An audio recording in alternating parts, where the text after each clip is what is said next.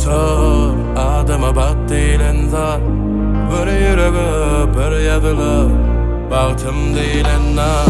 Neçe gedek koşar söýgü sen adın. Sen nädin bu vatan nädigim nädik gülýär. Bir yüreğe bir gül yeter, o da sen bol nädigim yeter.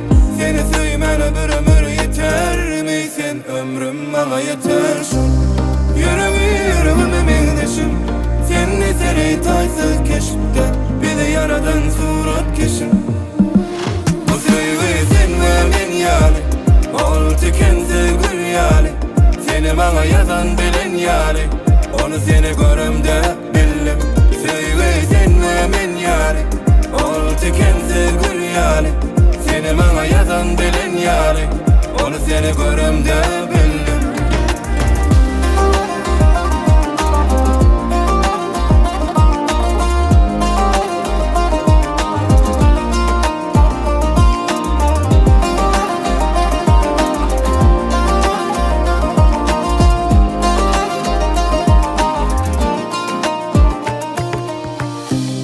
Surat çek bana, içinde sen bolsan, derdime gülkün em bolsun.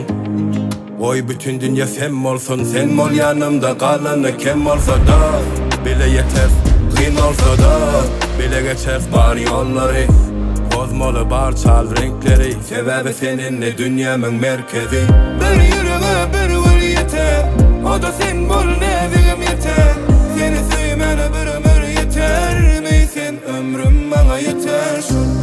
Yüreğime mengdeşim, sen eseri taysız keşifte, bizi yaradan surat keşim. Bu söýgü sen ve men ýaly, ol tükensiz gül ýaly. Seni bana yazan bilen ýaly, onu seni görümde bildim. Söýgü sen ve men ýaly, ol tükensiz gül ýaly. Seni bana yazan bilen ýaly, onu seni görümde bildim.